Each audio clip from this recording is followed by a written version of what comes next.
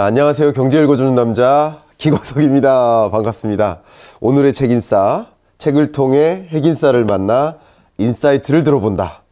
오늘 순서 정말 중요한, 여러분이 너무나 좋아하시는 박세익 전무님 모셨습니다.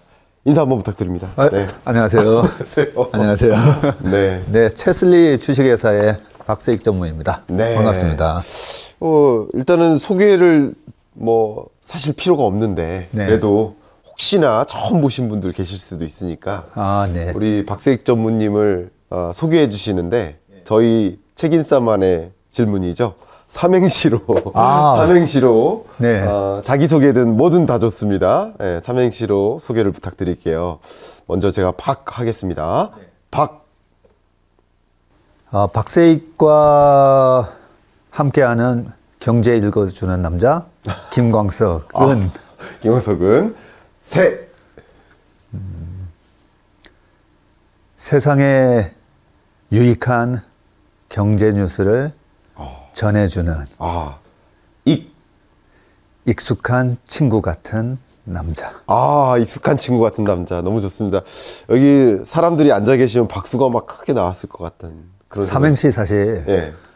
제가 한 1시간 이상 생각했어요. 그러셨어요? 네, 왜냐하면 예. 박도 어렵고요. 익도 어려워요. 그러네요. 네. 제가 너무 어려운 요청을 드렸네요. 좀 근황도 좀 여쭤보려고 하는데, 최근에 제가 이렇게 연락을 취하면서 요즘 어떻게 지내시냐고 이렇게 여쭤봤었는데, 어떻게 요즘 어떠십니까? 제가 작년 2021년 6월까지 인피니티 투자자문에서 네. 근무를 했었죠. 그렇죠. 예, 그리고 이제 11년 만에 퇴사를 했습니다. 네. 11년 만에 퇴사를 해가지고 법인을 설립하고 투자자문사를 준비하고 있는데요. 네. 11개월 만에 이제 투자자문사 등록 허가를 받기 위한 실사가 다음 주 4월 1일 날 네. 이루어지고요. 네. 실사에서 모든 게 이제 갖춰졌다라고 이제 금융위원회에서 이제 판단을 하면요. 한 달 안에 이제 등록 처리를 해줍니다. 그렇죠. 네. 그러면 이제 아마 4월 중순부터 본격적으로 그동안에 이제 방송인으로 살았는데요. 네. 최근 1년 동안에는 네.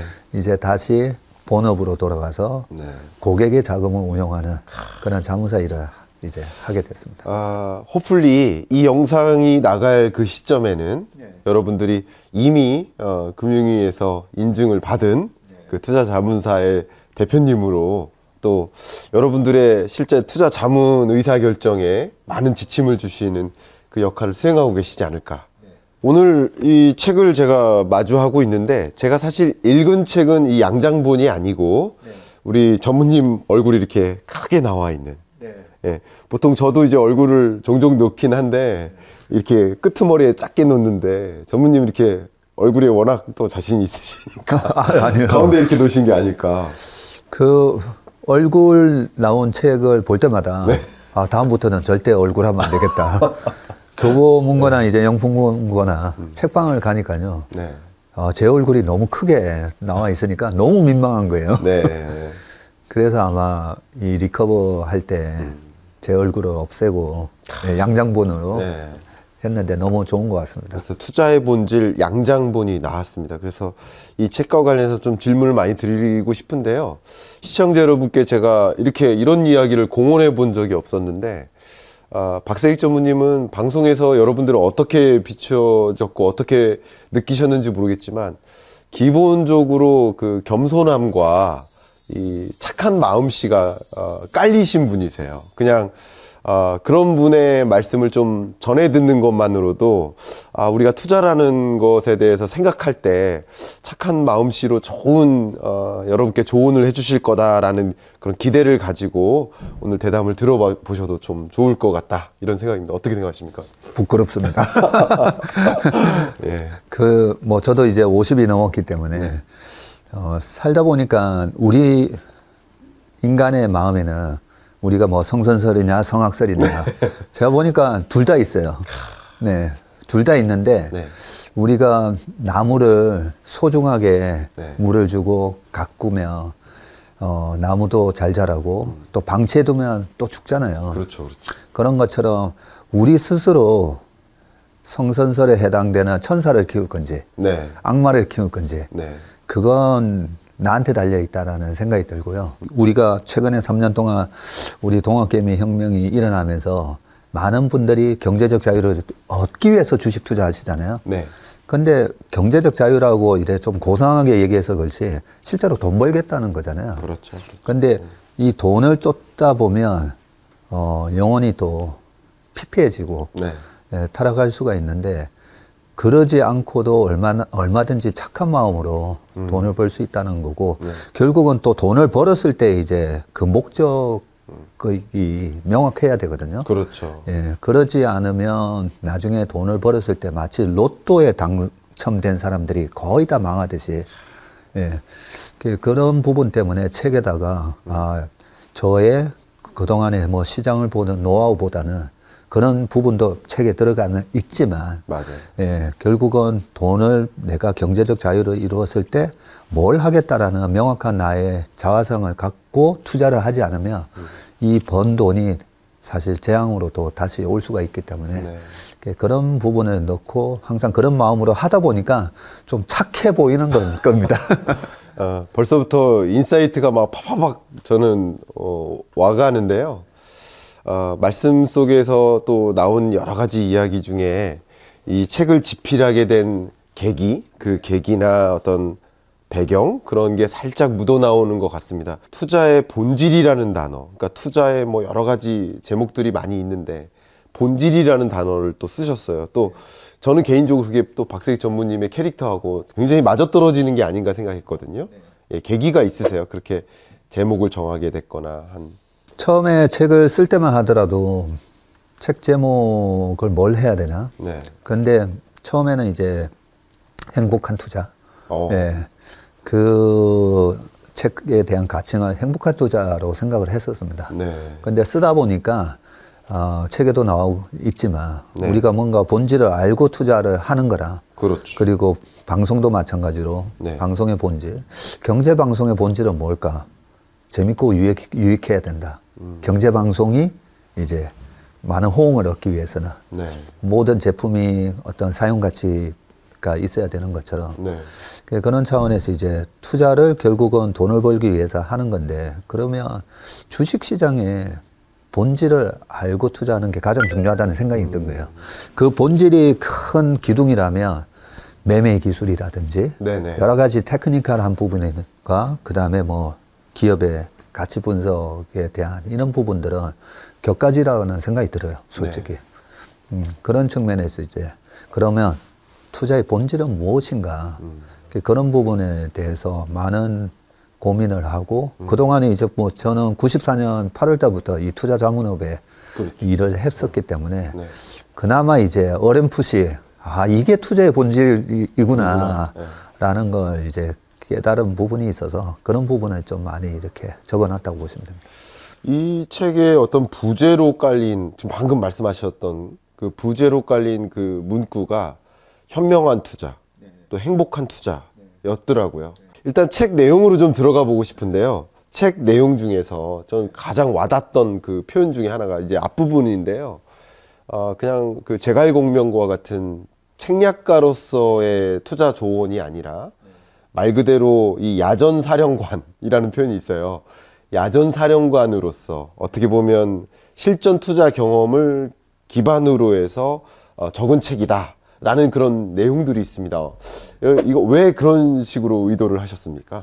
그 말 그대로 야전사령관이라면 실전 전투 경험이 많다는 거잖아요. 네네. 94년부터 자문사에 있으면서 또 제가 약간은 보면 이 새로운 거에 대한 도전 정신이 좀 강한 편입니다. 네. 그러다 보니까 이제 91년 뭐 책에서도 그 학술제 얘기도 나오는데 우리나라 시장에 파생 상품이 도입되기 전에 주가지수 선물이라든지 주가지수 옵션 이런 것들이 이제 1996년, 7년에 도입됐거든요. 네네. 근데 1991년도에 학술제 준비하면서 선물, 파생 상품 이게 외국에는 그 소위 말하는 그 파생의 기초 자산이 되는 현물 시장보다 4배, 10배가 큰 거예요. 네. 그걸 보고 야 우리나라에도 파생 상품이 도입되면 이 시장이 어마어마해지겠구나. 예, 그런 생각을 하면서 이제 파생상품을 공부하자 해서 선물의 이해라는 제목으로도 학술제도 열고, 그리고 신한투신에서 운영을 할 때도 채권을 이제 그때 한 300억 원의 그 펀드 자금을 가지고 채권에다가 90% 사고요. 거기서 나오는 이자를 가지고 파생상품을 운용해서 터지더라도 그 이자만 터지게끔. 네, 그런 식으로 해서 이제 알파를 내는 걸 하면서 이제 옵션 그 볼 트레이딩이라고 해서 변동성 매매라는 게 있습니다. 그런 것도 해보고, 그런 걸 갖다가 일반 주식형 펀드 매니저들은 안 하려고 하거든요. 그렇죠. 오히려. 그런 것도 하다 보니까 정말 우리가 소위 말하는 산전수전 공중전 이것저것 너무 많이 해봐가지고 그 경험에서 나오는 시장을 이렇게 해석을 해야 되구나, 이렇게 우리가 시장에 대응을 해야 되구나 라는 부분들을 많이 느꼈습니다. 그래서 일반 주식 책에 좀 나오지 않는 그런 내용들이 그 소위 말하는 진짜 야전사령관의 실전 경험으로 적었다, 이런 뜻으로 말씀드립니다. 정말 그런 것 같습니다. 왜냐하면 우리 투자 자문가들도, 우리 전문가들도 자기가 하던 것들만 주로 해요. 자기가 잘하는 분야에 또 집중해서. 근데 보시니까 여러분 느끼셨듯이 굉장히 도전적으로 뭔가를 하시는 그런 성향이 뒷받침되어서, 그런 성향의 기초에서 투자를 또 하시기 때문에, 투자 자문도 그렇게 하시기 때문에 정말 여러 가지를 경험해 보신 거죠. 먼저 경험해 보고 경험의 기초에서 이야기가 담겨 있는 그런 내용 같습니다. 특히 여러분들이 주식 투자하면, 특히 동학개미 여러분들 입장에서 주식 투자하면 기본적으로 주식 투자를 해야 되나? 주식 투자를 아직 안 해본 사람들도 특히 이런 입문서로서 좀 보시면 좋겠다는 생각을 많이 했거든요. 그래서 주식 투자는 왜 해야 되나? 혹시 설명해 줄 수 있습니까? 주식 투자 안 하면 안 된다. 네. 책에서도 제가 그렇게 마지막 결론을 내놨었는데요. 주식 투자나 부동산 투자를 하지 않고 열심히 착하게 일하는 것은 우리 집 대문을 열어놓고 출근하는 거나 마찬가지라고 얘기했습니다. 그냥 아무나 와서 집에 열심히 일해서 집에다가 뭐 가구를 사놓고 한 거 가져가라는 거죠. 그런 식으로 얘기하면서 왜 주식 투자를 해야 되냐? 인플레이션이라는 날강도 시스템이 있다는 거죠. 우리 김 교수님 너무 잘 아시겠지만 인플레이션이 계속 진행이 되고 있고요. 디플레이션 얘기도 많이 나오지 않습니까? 그죠? 근데 실질적으로 2004, 5, 6, 7년도 그 엄청난 원자재 가격 상승을 할 때도 지금 예일대 가 계신 스티븐 로치, 그분이, 그 교수님이 모건 스탠리에 계시면서 계속 디플레이션 얘기했었어요. 그 스티븐 로치 밑에 있었던 앤디 셰어라는 그 애널리스트도 디플레이션 얘기를 많이 했지만 실질적으로 보면 디플레이션이 오기보다는 항상 우리는 인플레이션이 왔던 거죠. 그 인플레이션의 원인은 결국은 페드를 비롯해서 미국 연방준비은행을 비롯해서 유럽중앙은행, 그리고 일본 등등 기축통화국들이 돈을 너무 많이 찍으니까 이번에도 엄청난 돈을 찍었던 거죠. 그렇게 돈을 찍다 보니까 우리가 바라는 부동산 가격의 하락, 우리가 바라는 우량 자산의 가격 하락이 오지 않고요. 항상 보면 폭등 이후에 또 최근과 같은 기술적 조정만 있을 뿐이지 계속 우량 자산의 가격은 올라가고, 최근에 아마 아시다시피 식당 가 보시면 가격이 다 올랐잖아요. 엄청나게 올랐습니다. 그런 것들을 보면 이 인플레이션에 열심히 일해가지고 월급 잘 안 오르잖아요. 그러면 우리가 열심히 일한 그 노동의 가치로 받은 그 돈을 내가 열심히 일했던 이 현재 가치로 지키기 위해서는 그 인플레이션을 해지할 수 있는 자산에다가 투자를 해야 된다는 거죠. 자, 여기서 이제 투자의 본질 중에 책에 없는 내용이 나오는데요. 제가 이 내용을 적지 않아서 되게 마음이 아쉬움이 있었는데 여기서 말씀 많이 해주세요. 오늘 여기서 말씀드리겠습니다. 인플레이션을 해지할 수 있는 자산을 사야 되는데 그 자산은 사용 가치로 우리가 많이 따지거든요. 우리가 살아가는 데 있어서 가장 중요한 사용 가치의 자산은 공기와 물이겠죠. 그렇죠. 산소 없으면 5분을 못 버티지 않습니까? 예. 근데 산소의 지금의 이 가치는 거의 뭐 빵원이나 마찬가지잖아요. 그렇죠. 너무 흔하니까. 네. 그래서 우리가 그 어떤 자산을 사야 되지? 내가 열심히 일한 월급을 가지고 어떤 자산을 사야 되지 했을 때 핵심 자산, core asset이라고 하는 이 핵심 자산을 사야 되는데 이 핵심 자산은 반드시 희소해야 된다는 거죠. 그렇죠. 예.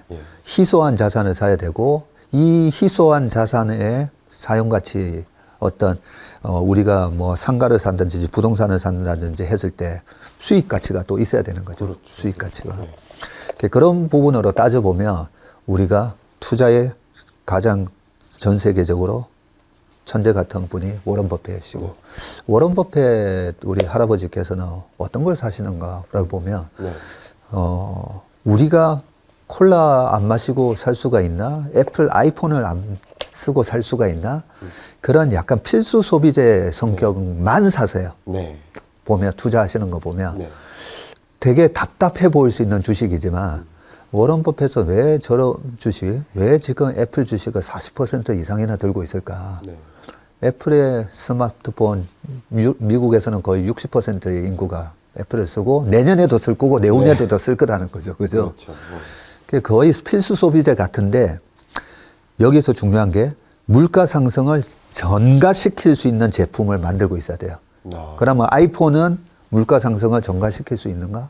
가격 올리고 있잖아요. 네네. 최근에 테슬라가 8일 연속 올랐는데요. 네. 제품 테슬라의 자동차 가격 인상 발표하고 오히려 더 올랐어요. 그러면 가격을 인상했을 때 소비자들은 테슬라를 살까? 아니면 아우 비싸졌네? 네. 난 다른 거 살래. 네.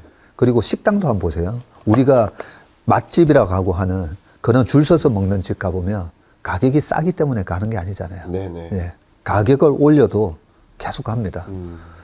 네, 그런 식으로 대체 불가능한데 대체 불가능하다는 거는 이제 필수 소비재 성격을 가지고 있으면서 네. 그리고 인플레이션에 언제든지 가격을 올려서 그 인플레이션을 해지할 수 있는 그런 제품을 만드는 회사가 핵심 자산이라고 보시면 돼요. 네. 부동산도 마찬가지죠.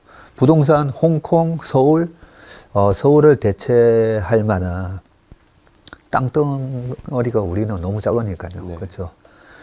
그렇고 만약에 뭐 좀 말이 길어질 수도 있는데 통일이 됐으면 엄청난 땅이 공급이 되잖아요. 그렇죠. 예. 그래서 통일이 됐을 때는 또 서울의 집값이 또 빠지지 않겠나. 뭐 이런 얘기들도 하실 때마다 저는 생각이 동독하고 서독이 이제 통일이 됐을 때 동독의 노동자들이 서독에 와서 일을 하죠. 일자리가 많으니까. 네네. 그러면 우리가 통일이 됐을 때 우리가 평양으로 가고 개성으로 가고 할 건지 아니면 북한 노동자들이 남한으로 내려와서 일을 할 건지 네. 예, 그렇게 보면 오히려 수요가 더 늘어나게 돼 있는 거죠. 예, 그런 식으로 우리가 평생을 살아가면서 이제 반드시 주식이든 부동산이든 투자를 하면서 나의 소중한 정말 열심히 일하는 거잖아요. 네네. 열심히 우리나라 사람들 너무 또 성실하니까 그 열심히 일한 내 노동의 가치를 지키려면 반드시 부동산하고 주식 핵심 자산은 평생 투자해야 된다. 네. 그런 얘기입니다. 저랑 평소 생각했던 거랑 많이 매칭이 되는 것 같아요. 엊그저께 보니까 PIR이라는 지표가 이제 주식 시장 아니고 지금 부동산 시장 잠깐 말씀드려 보면 부동산 시장에서 굉장히 중요한 지표 중에 하나가 이제 PIR이라는 지표잖아요. 그러니까 소득 대비 집값인 거예요. 근데 이게 계속 치솟는 거죠. 이게 30점 몇 배예요. 30점 몇 배면 다시 말하면 평균적인 근로소득자가 소득을 한 푼도 안 쓰고 그냥 다 모읍니다. 다 모아도 평균적인 집을 갖게 되는데 30년 걸린다는 거예요.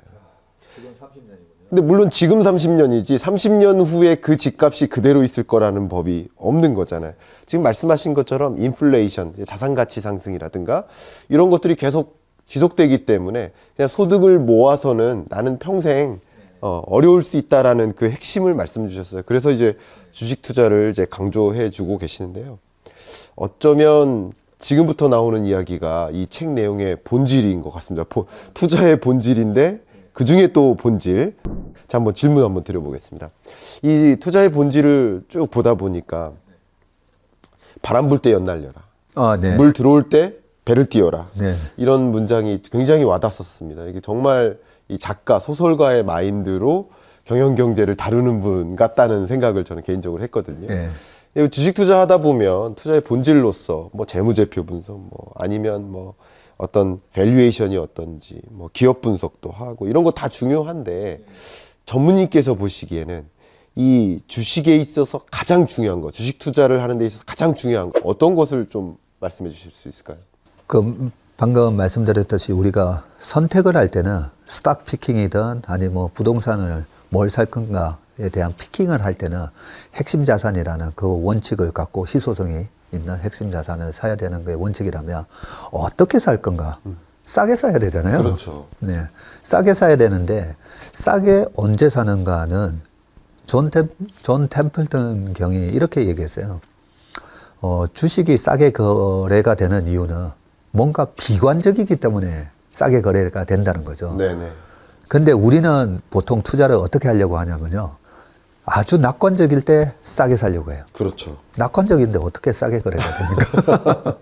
낙관적이면 모두가 다, 와, 시장이 계속 좋을 거야 라고 생각해서 마치 작년 우리 주식 시장이 뭐 3,300 갈 때 네. 4,000포인트 갈 것처럼 네. 여겨지고 그리고 코로나 때는 시장이 한없이 무너지면서 1,100 정도 갈 것처럼 그렇게 아주 극단적으로 비관적이었었죠. 네. 그런 식으로 보면 낙관적일 때 절대 우량 핵심 자산이 싸게 거래가 안 됩니다. 안 된다. 그렇기 때문에 저의 투자 원칙에서 투자의 본질인데요, 이게. 네. 우량 핵심 자산을 무조건 싸게 사야 되는데 대중들이 공포를 느끼고 공포를 느끼는데 그 내가 사고자 하는 그 핵심 자산, 기업의 문제 때문에 싸게 거래되는 게 아니라 네. 최근과 같은 전쟁, 코로나 위기, 외생적인 변수, 9.11 테러와 같은 상황 그런 공포감에 핵심 자산이 싸게 거래될 때가 너무나 좋은 빅 찬스가 되는 거죠. 네. 예. 그래서 우리가 보통은 보면 제가 주식이 싸게 거래될 때는 절대 미디어를 보지 마라, 뉴스를 보지 말라고 하거든요. 그런데 저 같은 경우에도 최근에 우크라이나 전쟁 상황을 계속 모니터링 합니다. 왜냐하면 이 투자 심리를 억누르고 있는 이 전쟁의 최악의 상황을 지금 벗어나고 있는지, 네. 예, 코로나 때도 마찬가지였죠. 최악의 상황을 벗어나고 있는지 그 변곡점을 이제 찾기 위해서 계속 전쟁을 체크를 하는데 볼 때마다 무서워요. 푸틴 핵전쟁 얘기 뭐 네. 핵부대 이제 준비해라 뭐 이런 얘기하면 와 지금 이런 상황에서 이 우량 자산의 바닥을 잡으려고 하는 게 맞나? 네. 너무 무섭죠. 예, 그렇기 때문에 우리가 이런 공포스러운 국면에서는 그 공포의 원인이 되는 사건 분석을 대부분 많이 하시거든요. 네. 많이 할 수밖에 없는 게 언론에서 공중파에서도 그렇고 왜냐하면 사람들이 그 뉴스를 계속 찾아보고 자극적인 뉴스를 내보내야 시청률은 또 더 그렇죠. 높아지고 네. 그렇기 때문에 이 변곡점을 지나고 있을 때는 절대 미디어를 보지 말아라 그런 얘기를 제가 하거든요. 그 대신 뭘 보느냐면요. 책에 보면 네. RSI라는 지표를 네. 상대 강도 지수라는 지수랑 그 다음에 빅스 네. 그 발러틸리티 인덱스라고 하는 우리 소위 말하는 공포 지수죠. 네. 그 두 가지 지표를 보면서 지금 그 지표가 가리키고 있는 이 공포의 수준이 네. 과거 어느 때랑 비슷한가를 체크를 합니다. 아. 그걸 체크를 해보면 코로나 때는 2008년 리만 사태가 터졌을 때 리만 브라더스가 망했던 2008년 9월 달하고 거의 똑같은 그런 패닉 셀링 지표가 나왔던 거죠. 그렇죠. 투매 지표가 네. 나왔고. 그러면 이번에 우크라이나 전쟁이 터지면서는 이 공포감이 어느 정도랑 비슷했냐면요. 2011년 8월 달에 미국 신용 등급이 강등이 되면서 네.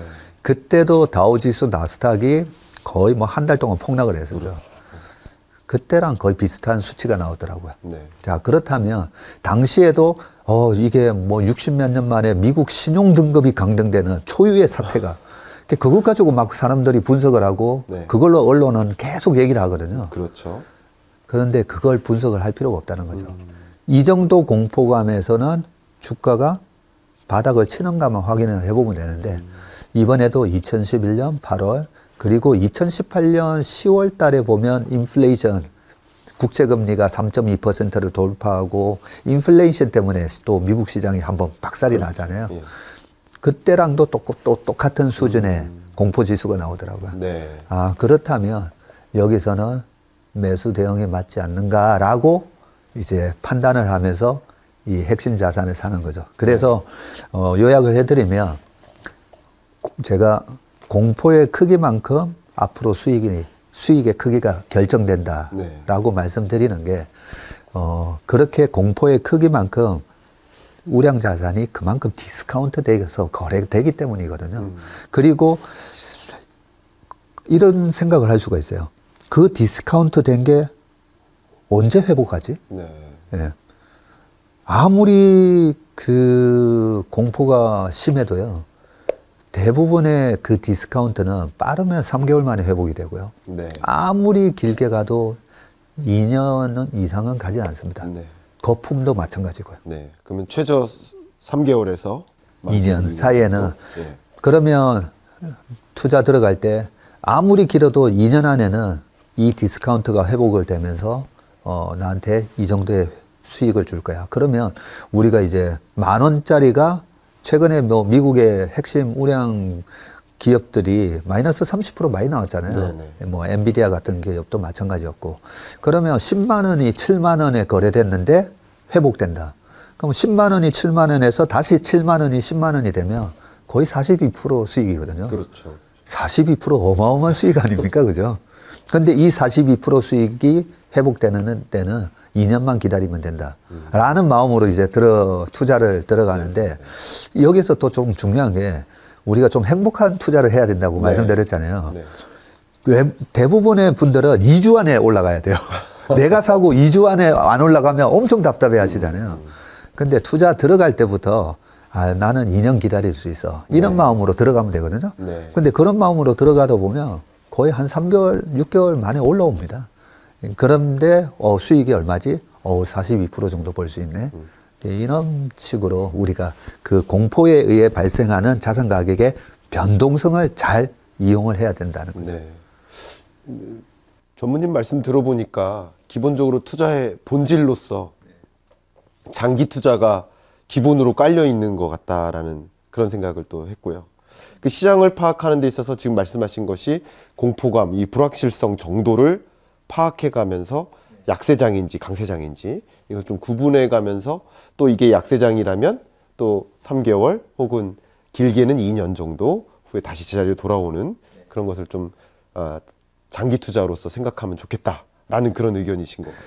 거기서 조금만 수정을 해드리면 네네. 투자를 들어갈 때 마음은 장기 투자의 마음으로 들어가야 되고요. 그렇죠. 그게 이제 워런 버핏도 내가 살 주식을 10년 보유한다는 마음으로 하라. 네네. 라고 해놓고 워런 버핏도 6개월 만에 막 포트폴리오 교체하시잖아요. 그렇죠. 최근에 보면. 네. 코로나 상황에 따라서 뭐야 코로나? 그러면 금광도 사셨다가 네. 뭐 화이자도 사셨다가 뭐 그런 식으로 빠르게 포트폴리오 교체했다가 아니네? 네. 코로나로 인해서 그렇게 크게 경제적 위기가 오지 않네? 하니까 또 막 포트폴리오 변화시키고 그런 것처럼 경제 상황에 따라서 빠르게 대처를 해야 되긴 하는데 네. 들어갈 때 마음은 장기적인 마음으로 들어가야 되고요. 단지 장기적인 마음으로 들어갔는데 그 비관론에 의해서 디스카운트된 자산의 가격이 제자리를 찾잖아요. 그렇죠. 그러면 저는 거기서 약간의 거품이 발생하면 팝니다. 팔아야 돼요. 네. 그래서 저는 뭐 10년 투자에 대해서는 그건 아닙니다. 라는 얘기를 자주 하고요. 2년 주기로 저는 보통 이렇게 투자를 들어가는데 들어갔다가 내가 투자한 자산의 가격이 이거는 거품의 영역인데 네. 하면 팝니다. 네. 그러면 거품인지 아닌지 어떻게 알아? 그렇죠. 네. 거품인지 아는지 어떻게 알아? 그거는 많은 사람들이 그 주식 좋아, 그 산업이 좋아라고 하면 그거는 저는 거품이 생겼다라고 생각하고요.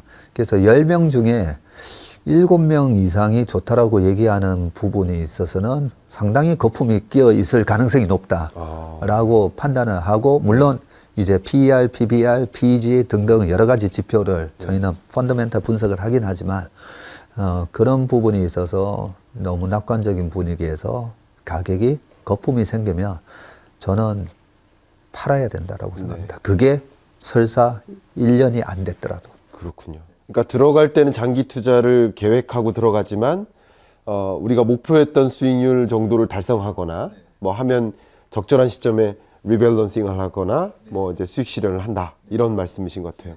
아주 좋은 투자 기법이라고 생각이 됩니다. 네.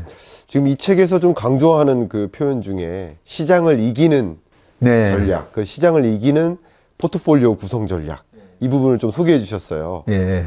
다는 아니더라도 요거만큼은 꼭 실현을 하셔서 시장을 이겼으면 좋겠다 하는 것을 좀 소개해 주시면. 예.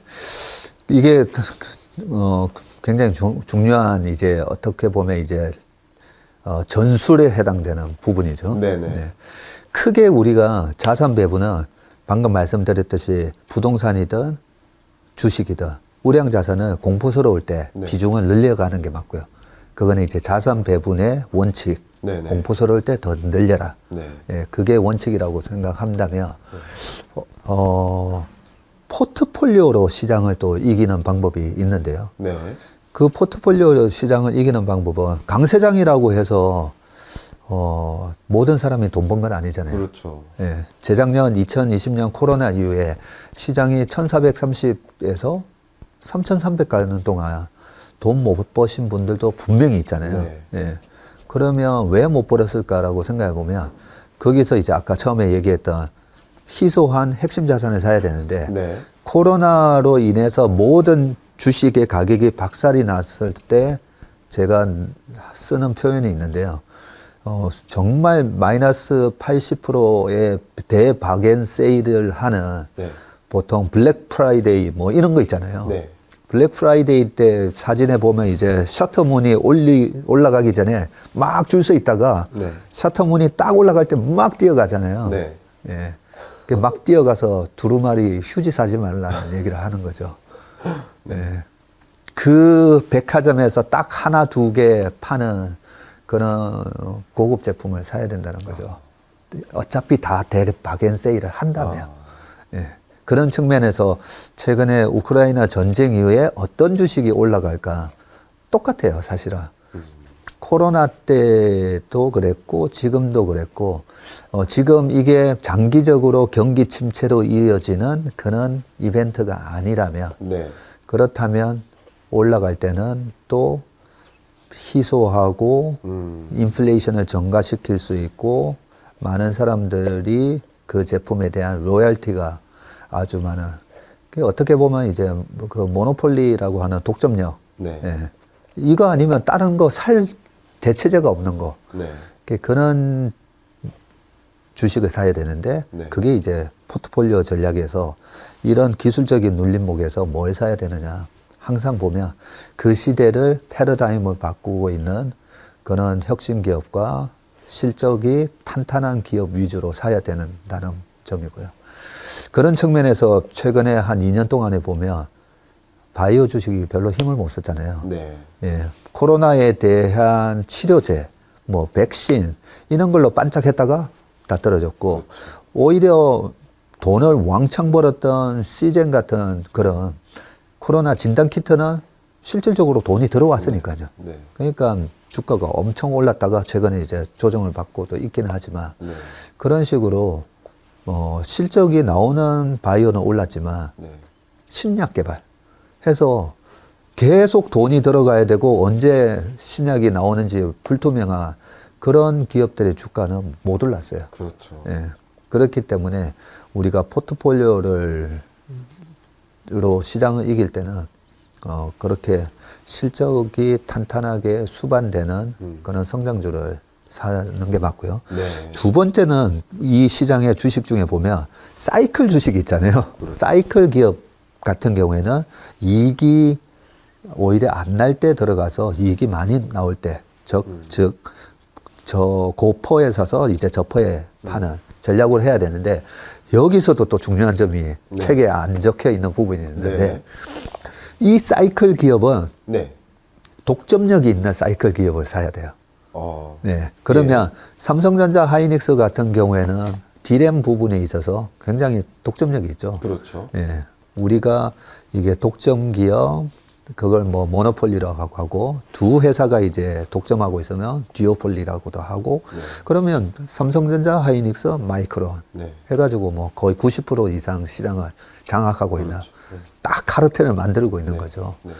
그러니까 뭐 반도체에 뭐 사이클이 둔화된다, 뭐 가격이 떨어진다 하면 요 세 업체가 생산을 조절하면서 가격을 적절하게 서로 조절을 해요. 네. 네, 그리고 중국이 엄청 하고 싶어 하잖아요. 네. 그 중국이 하고 싶어서 막 하려고 했더니 못하게 트럼프가 딱 막아준 거죠.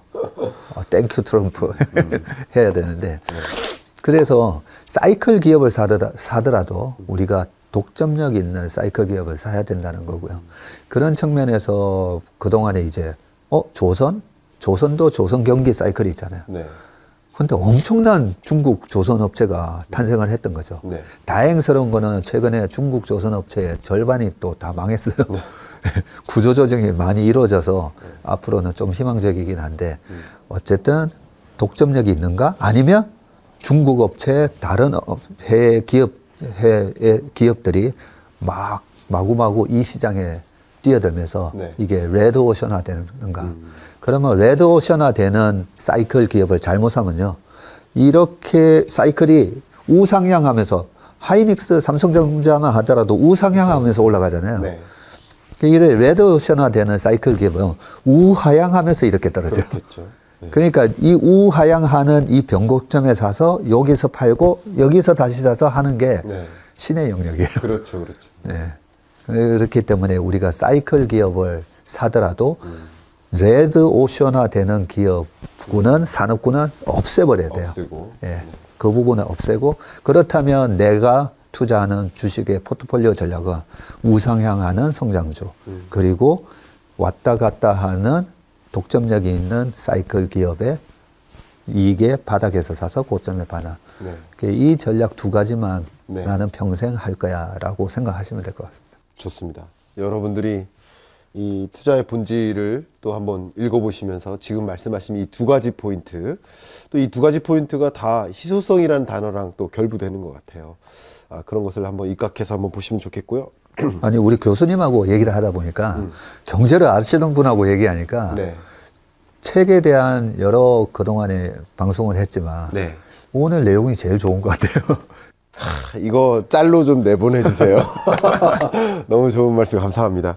저희 책인싸의 공통 질문 중에 하나가 네. 이번 코너가 날카로운 질문 시간입니다. 네. 그 날카로운 질문에 얼마나 잘 소화를 하시는지, 당황해 하시는지 한번 여쭤보도록 하겠습니다. 이 좋은 투자 전략에 대해서 지금 계속 말씀해 주셨어요. 이렇게 네. 하면 시장을 이긴다. 네. 그런데 2022년 1분기 같은 이런 시장, 네. 이런 시장은 그냥 이길 수가 없는 시장 아닙니까? 하는 저는 그런 생각을 하게 됩니다. 네. 이런 시장에선 그냥 아예 주식시장으로부터 이탈해 있다가 나중에 들어오는 게 낫지 않는가 하는 의문들을 분명 갖고 계실 거예요. 네. 당황되십니까? 정말 전곡을 찌르는 네. 질문이시죠. 네. 저는 개인적으로 이 거실을 보니까 주식에 투자를 해야 되는 시점과 안 해야 되는 시점을 구분하는 걸 좋아합니다. 근데 22년 1분기 같은 경우는 아예 나와 있는 시장 이렇게 저는 생각을 해왔는데 이런 부분에 대해서는 어떻게 의견을 주십시오. 네. 너무 좋은 질문을 해주셔가지고요. 2022년 지금 1분기고 그죠? 코로나가 터졌던 2020년 1분기도 마찬가지였고 그죠? 그렇죠. 네. 경제적으로는 굉장히 지금 데이터들이 안 좋습니다. 실제로 그죠? 네. 예, 자동차 판매도 지금 위축되는 모습을 보이고 있고, 이런 상황에서 주가도 망가지고, 과연 투자를 하는 게 맞는가? 네네. 예, 부분에 있어서 제가 저희 회사가 아직 라이센스가 안 나와서 어떤 투자의 가이드를 제시를 못 해드리기 때문에 제가 우회적으로 네. 1월 말에 이제 3프로TV에서 진행을 할 때 네. 우회적으로 이렇게 표현을 했습니다. 요즘 이런 국면에 돈을 빌려서, 왜냐하면 1월 28일이 그 RSI가 우리나라 코스피의 책에 제가 써놨던 네. 주봉상의 RSI가 또 30 이하로 떨어져서 네. 2018년에 그 기회를 줬고, 그리고 2020년 코로나 때 기회를 줬고, 그 이후로 또 주식을 사면 거의 먹을 확률이 아주 높은 그런 찬스를 줬기 때문에 이럴 때는 개인적으로 정말 실질적으로 제가 대출을 되게 많이 알아봤어요. 네. 대출을 많이 알아봤는데 저 같은 경우에는 마이너스 통장도 없는데 대출이 안 되더라고요. 그게 아마 개인 총량제 뭐 이런 것 때문에 그렇군요. 아마 안 되는 것 같더라고요. 네, 그래서 어떤 식으로든 이제 돈을 땡기긴 땡겼는데요. 네. 그래서 우리가 사건 분석을 하는 게 아니라 네, 지금 주가에 대한 이 경제에 대한 공포감이 어느 정도 수준인지를 파악해서 네. 그 지표가 나오면 용기 있게 이제 투자를 하는 게 중요한데요. 이런 지표가 없으면 왜 제가 RSI나 빅스를 말씀드렸냐면, 이번에 빅스도 거의 또 40까지 갔었잖아요. 그렇죠. 네. 왜 말씀을 드리냐면 우리가 과거에 대한 기억은 자꾸만 잊어버립니다. 네. 코로나 때 우리가 얼마나 공포스러웠는지 지금 아마 많이 잊어버리셨을 거예요. 네네. 내가 다음에 코로나 위기가 오면 나 정말 주식 지를 거야 라고 해놓고 오미크론 터지니까 못 지르잖아요. 네. 네, 그런 것처럼 우리가 그 과거 사건에 대한 부분은 기억을 할 수가 없고요. 하지만 대중들이 어느 정도 공포감을 느꼈는지는 이런 지표에 너무 잘 나와 있는 거죠. 빅스의 30년 차트, RSI의 30년 차트 같은 걸 보면서. 그렇기 때문에 지금 이럴 때 피해 있어야 된다는 생각 때문에 많은 사람들이 주식을 팔아서 가격이 싸진 거거든요. 네. 네. 그래서 저는 땡큐라는 거죠. 감사합니다. 저희 고객들도 이렇게 싸게 주식을 살 수 있게 해주셔서 감사합니다. 라는 마음으로 주식을 사고요. 네. 네. 그게 아까 말씀드렸듯이 6개월에서 2년. 네. 전쟁은 어떻게 될 건가? 이 전쟁이 과연 오래 갈 건가? 라고 생각하면서 이 부분도 결국은 모르죠. 네, 모르는데 그러면 이제 2차 세계대전을 또 찾아봐야 되잖아요. 네, 네. 2차 세계대전에 주가는 어떻게 됐나. 3개월 뒤에 보니까 주식시장을 이제 거래 정지 시켜놨다가 3개월 뒤에 보면 주가가 다 또 급등했거든요. 네, 다시 자리에 돌아오죠. 네. 2차 세계대전도 꽤 6년 동안, 오랜 기간 동안 됐음에도 불구하고 주가는 빠르게. 그러면 앙드레 코스톨라니가 왜 포성이 올리면 주식을 사고 하프가 올리면 주식을 팔으려고 그랬지? 아까 그것도 제가 얘기한 거랑 비슷한 거죠. 아니 포성이면 전쟁인데. 그렇죠. 아니 이거는 코로나도 아니고 이게 전쟁인데 네. 사람이 저렇게 죽고 엄청나게 도시가 파괴되는데 아니 이런 상황에서 주식을 사는 게 맞아? 네. 왜 포성이 올리면 주식을 사라 했지? 그리고 최근에 우크라이나의 이 파괴된 도시를 보면요, 막 마음이 너무 아픈데 그 도시들을 서방의 기업들이 나중에 이제 러시아가 이기기보다는 아무래도 서방에서 지금 지원해준 독일, 미국, 영국 기업들이 나중에 가서 저 재건 사업을 다 하겠구나. 저기 엄청난 철광과 콘크리트와 네. 화학 제품들이 쓰이겠구나. 그래서 앙드레 코스톨라니가 포성이면 주식을 사라 그랬나? 네. 뭐 이런 생각을 하는 거죠. 예, 그렇게 우리가 생각을 해보면 이번에도 2022년 1분기도 저는 좋은 주식을 살 아주 좋은 기회다라고 생각합니다. 네, 말씀 중에 제가 자주 하던 표현이 떠올랐습니다. 제가 자주 하는 표현이 이미 알고 있는 불확실성은 더 이상 불확실성이 아니다. 예. 이 전쟁도 마찬가지예요. 전쟁이 발생하기 전까지 불확실성이 고조되고 전쟁이 실제 실현될 때 경제 충격이 오는 거죠. 어떻게 보면 심리적 충격, 공포감이 먼저 오고 후에 실물 경제 충격이 찾아오는 거죠. 그러니까 어떻게 보면 포성과 이 종식의 어떤 그런 교차하는 과정에서 심리와 또 실물 경제 충격이 또 이렇게 교차하는 그런 것들을 생각해 보신다면 주식 투자라는 관점에서 어떤 본질을 가져야 될지 벌써부터 답이 좀 찾아지는 것 같습니다. 여기서 그 이제 투자의 고수분들이 제 얘기를 들으시면 아이 그래도 이런 우크라이나 전쟁의 초기에 딱 빠져나왔다가 네. 아 이게 이제 진정됐네 하면 딱 들어가는 거지. 네. 아이 그걸 막연하게 주식 사는 건 아니지라고 얘기하실 수가 있는데 그게 맞는 얘기예요. 저도 이제 이 떨어지는 구간에서 종종 이제 주식 투자 전문가분들이 떨어질 때 계속 담아라. 네. 근데 저는 어떤 생각이냐면 다 떨어지고 나서 담아야지 왜 추가적인 마이너스를 더 가져오느냐 하는 맞습니다. 의문들을 많이 갖고 있는데 그 질문하고 비슷한 거잖아요. 예. 그래서 투자의 고수들은 아 이게 떨어지는 게 아직 더 떨어지는 칼이다. 네. 우리가 떨어지는 칼을 잡지 마라는 말처럼 네. 땅에 딱 꽂혔을 때 사라고 그러잖아요. 네. 근데 그게 말이 쉽지. 네. 땅에 꽂혔는지 아니야 땅에 꽂힌 게 아니야. 네. 지금 지하 1층이고 네. 지하 2층 3층까지 뚫고 내려갈 거야.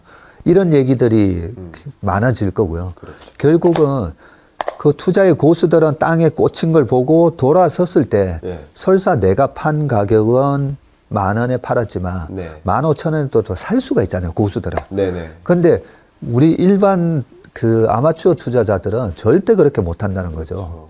그러면 그냥 아마추어 투자자들은 공포감이 느껴질 때마다 오히려 사서 기다리는 게 낫지. 그걸 잽싸게 팔고 바닥 확인하고 들어가고 네. 그거는 이제 고수의 영역이고 그거는 또 분명히 맞는 전략인데 네. 일반인들이 따라하기 힘든 전략이라는 거죠. 그렇군요. 이 투자 철학과 투자 어떤 테크닉 이런 것까지 저는 이 본질을 좀 알게 되는 기회인데 이 날카로운 질문 두 번째입니다. 박세익 전무님 이런 질문 많이 들어보셨는지는 모르겠지만 이렇게 매우 냉철한 조언을 잘 해주고 계시고 일반 투자 전문가들이 얘기해주지 못하는 그런 말씀, 이 본질적인 이야기까지 해주셔서 저로서도 많이 배우는 시간입니다. 그런데 박세익 전무님도 네. 지금 주시는 조언처럼 네. 똑같은 방식으로 투자 의사결정을 하시는지 네. 궁금합니다. 해야죠. 그렇게 하십니까? 네. 우리가 저는 많은 원칙들을 좀 가지고 있거든요. 그래서 이제 그 레이 달리오가 쓴 프린시플이라는 그 원칙 책도 보면 그 냉철해 보이는 레이 달리오조차도 네. 자기의 원칙들을 다 투자의 원칙들을 시스테마이제이션 시켜 놓는다라고 얘기하더라고요. 그렇구나. 저는 그걸 되게 공감이 가는 게 네. 우리도 동물적인 본능을 갖고 있는 인간이기 때문에 네. 내 원칙대로 액션을 잘 못합니다. 그렇군요. 예, 절대 잘 못해요.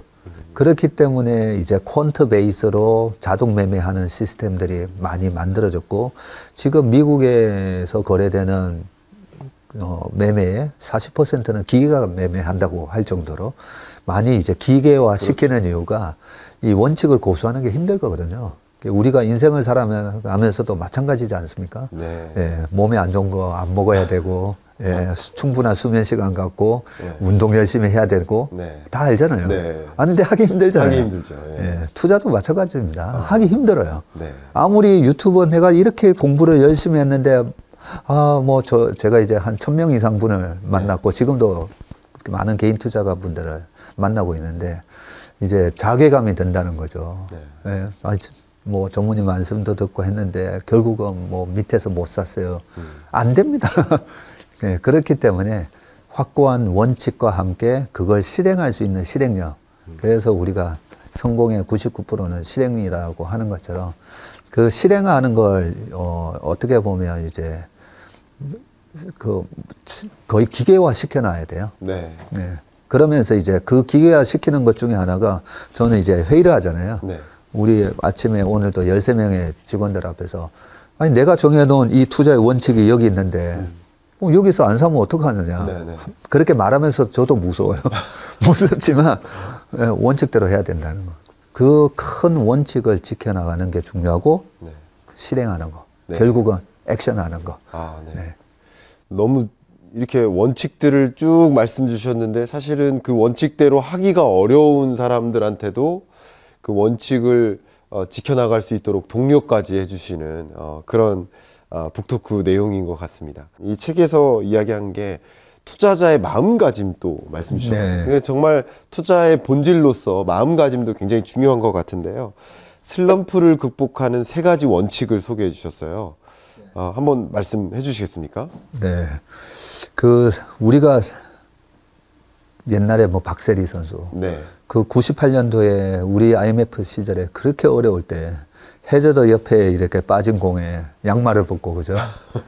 가서 그 어려운 샷을, 트러블 샷을 해서 우승을 했을 때 기쁜 감동을 느끼고 했던 그 박세리 선수도 나중에 보면 슬럼프가 와요. 또 어떤 선수는 그 1.5m 퍼팅을 놓치는 바람에 네. 4년 동안 정신적인 스트레스를 받으면서 우승을 못해. 그런 선수도 있고, 아무리 위대한 선수도 슬럼프를 안 겪을 수는 없지 않습니까? 그렇죠. 네. 없는데, 이 슬럼프를 아무래도 주식도 이제 큰 폭의 조정이 없도록 만들면 좋듯이, 네. 우리 인생도 슬럼프를, 그죠? 웬만하면 깊게 안 빠지게끔, 우울증 안 오게끔 그렇군요. 하는 게 중요하잖아요. 그러니까 슬럼프는 누구나 오겠지만 누구나 옵니다. 누구나. 최소화하고 극복할 네. 수 있게. 네. 그러기 위해서 이제 마음가짐으로 저는 3가지를 늘 생각하는데요. 네. 첫 번째가 이제 세상사 세옹지마다는 부분이고요. 그 원칙이 하나 있으면, 이번에 작년 5월 달에 법인 설립해놓고 지금 이제 4월 달에 영업하게 됐거든요. 네. 그동안에 매달 5, 6천씩 적자가 나왔어요. 그러셨군요. 네. 그래서 한 번 3억도 정자까지 했습니다. 그러셨군요. 계속 돈을 까먹으니까요. 네. 그러면 우리 직원들도 되게 불안해하고, 네. 저도 불안하지 않겠습니까? 우리 직원들 목에서 살릴 수 있는데. 그랬을 때도 이게 늦어지는 만큼 또 나중에 지나고 보면 잘 됐을 수가 있다. 예, 그런 마음으로 살다 보니까 네.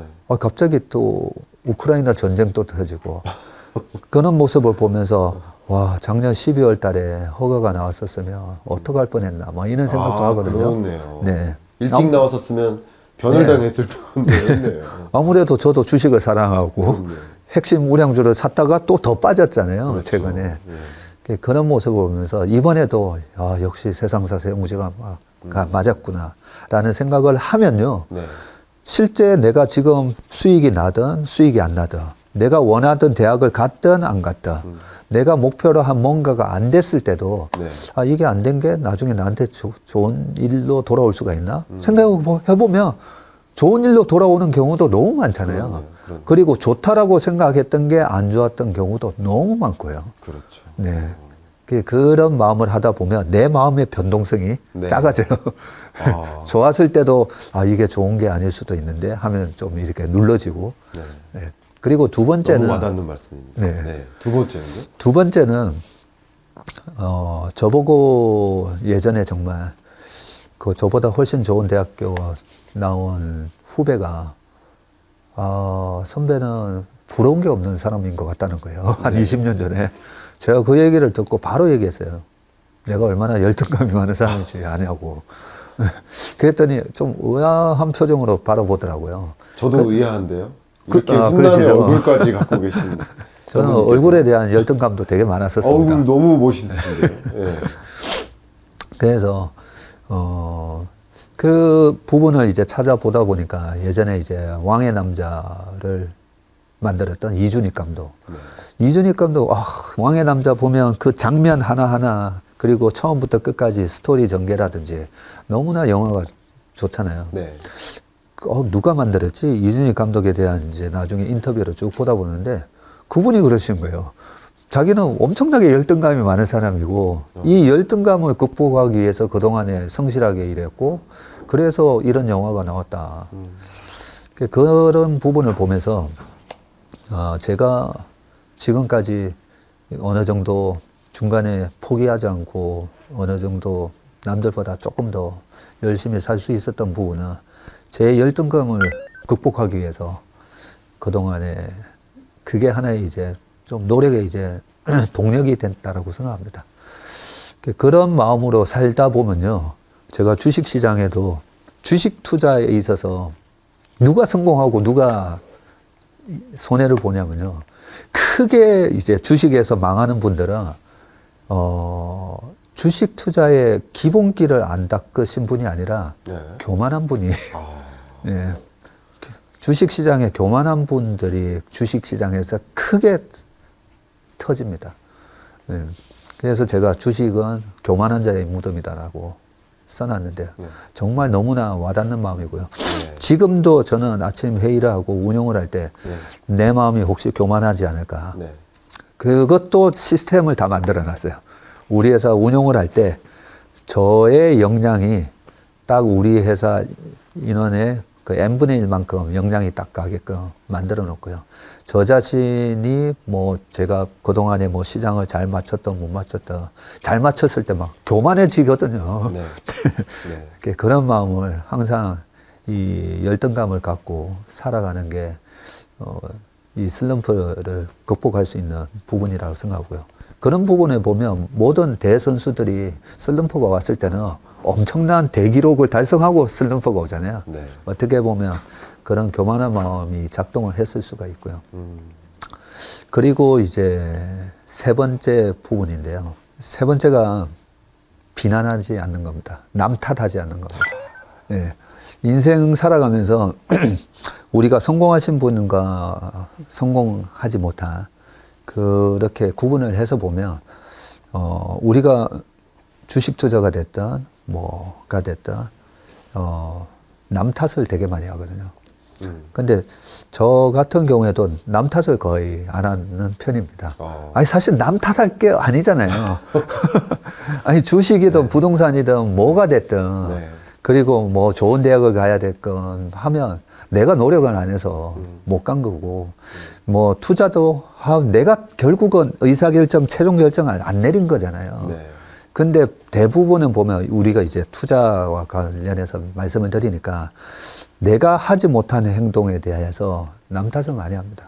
그래서 우리가 유튜브에 보면 저는 이제 저와 반대되는 의견을 얘기하시는 분들 얘기를 되게 많이 찾아본다고 했잖아요. 네. 제가 강세론일 때 비관론적인 얘기 하시는 분 들어보고 거기에 대한 이제 댓글도 보고 네네. 댓글을 보는 이유는 이제 투자자들의 이제 센티멘트가 지금 어떻게 돼 있는가 이런 것도 보는 차원에서도 보는데 네. 많은 분들이 네. 남 탓을 많이 합니다. 네. 예.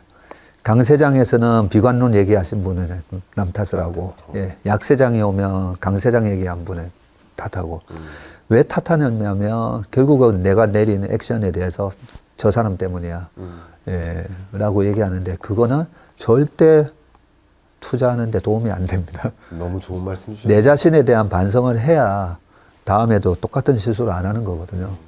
그러다 보니까 예, 절대 남 탓하지 않는 게 슬럼프에 빠지지 않는 방법. 정말 이 마지막 세 번째 전략까지 원칙까지 이 착함이라는 단어가 계속 묻어나 계신 것 같고 이 말씀은 정말 이 투자나 경제 공부하시는 분 아니고도 모든 유튜브에 있는 컨텐츠에 있어서도 우리 전무님의 이 조언을 바탕으로 해서 악플이 없어지는 시대, 예, 그런 시대가 좀 왔으면 좋겠습니다. 너무 좋은 말씀 주셨네요. 지금 계속 이제 말씀 중에 제가 계속 와닿는 그 단어, 드디어 그 단어가 지금 제 입에서 나오는데요. 투자는 예술이다. 아, 예. 이 책에서 좀 강조했던 표현인 것 같습니다. 왜 그렇게 설명하셨습니까? 네. 우리가 정말 메시가 네. 호날두도 그렇고 그죠? 우리 손흥민 선수도 지금 예술의 경지에 올라 있죠.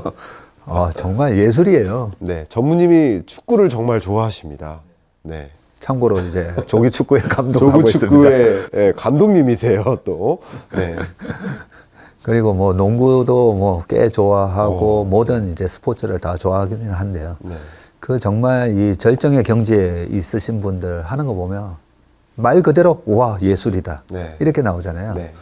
근데 저희 고객 중에도 이제 또 그림을 그리시는 화백님도 계시고 교수님도 계시고 그분들의 작품을 봐도 또 뭐 와 그분들 작품이 또 한마디로 예술이잖아요. 그런 거 보면 왜 예술이다라고 하냐면 우리 같은 아마추어가 따라 할 수 없는 경지니까 그래서 예술인 거잖아요. 그러면 우리가 메시 같은 경우뿐만 아니라 사실 메시가 아니라 그냥 그 우리 소위 말하는 선출, 네. 테니스 선출, 탁구 네. 선출, 배드민턴 선출 만나보면 예술의 경지잖아요. 예술입니다. 예, 아니 뭐 유명했던 분이 아닌데 네. 그냥 프로 팀에 들어갔다가 나오신 분들은 정말 예술이고 예술입니다. 대학에서 뭐 축구 선수, 대학에서 탁구 선수만 해도 예술이잖아요. 자, 그런 분들이 프로를 목표로 해서 운동을 하신 거잖아요. 네. 프로가 뭡니까? 내가 한 운동으로 돈을 벌어서 살 수 있는 게 프로잖아요. 그렇죠. 그러면 책에도 보면 알렉산더 엘더라는 분이 Trading for the Living이라는 책을 쓰신 적이 있는데 트레이딩? 어떻게?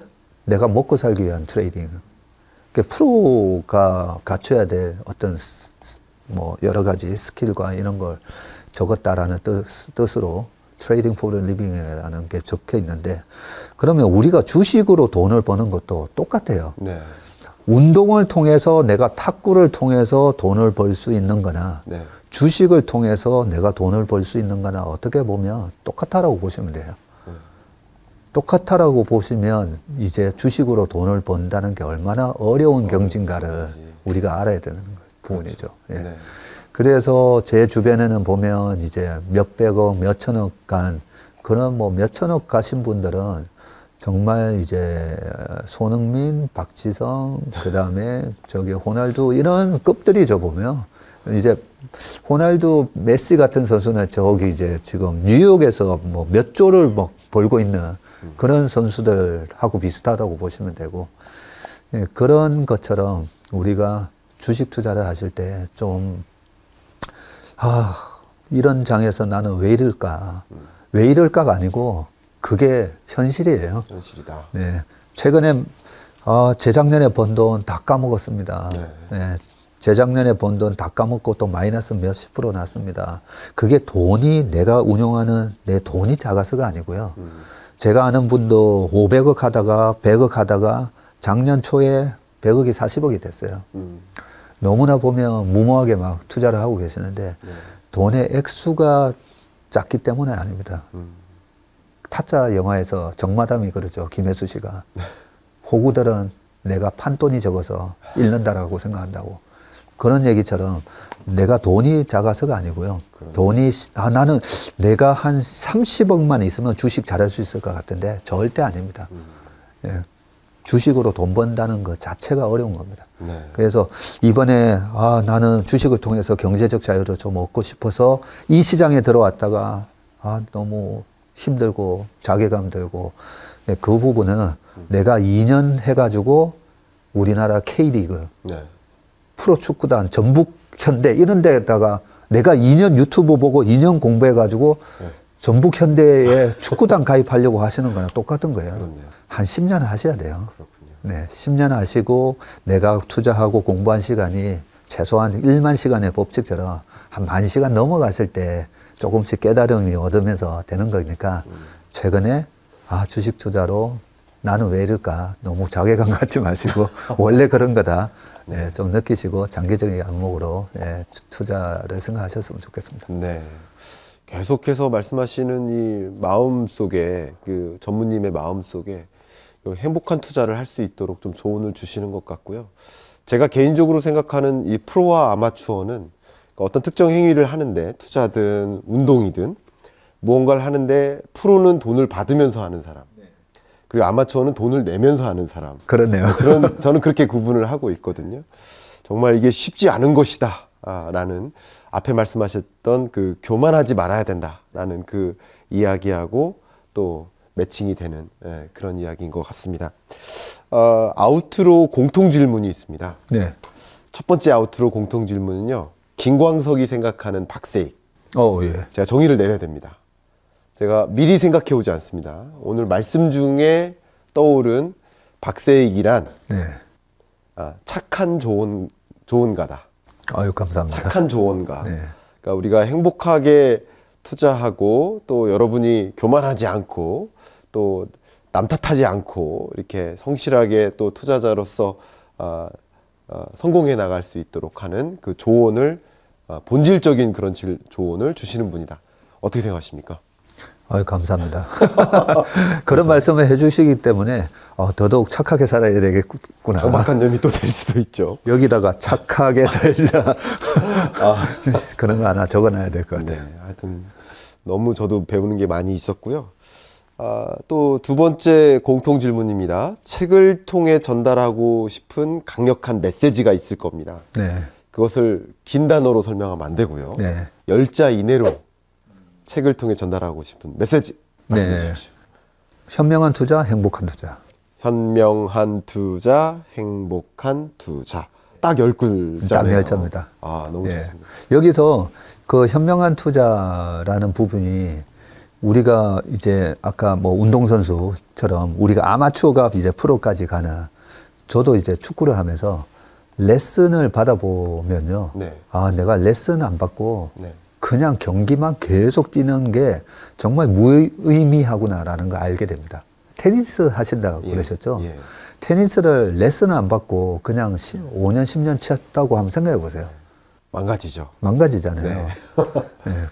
본인 몸도 안 좋아져요. 네. 안 좋은 습관으로 몸도 상하게 돼요. 몸도 상하고 네. 부상당하고 실력도 안 늘고. 실력도 안 나고 마음 상하고.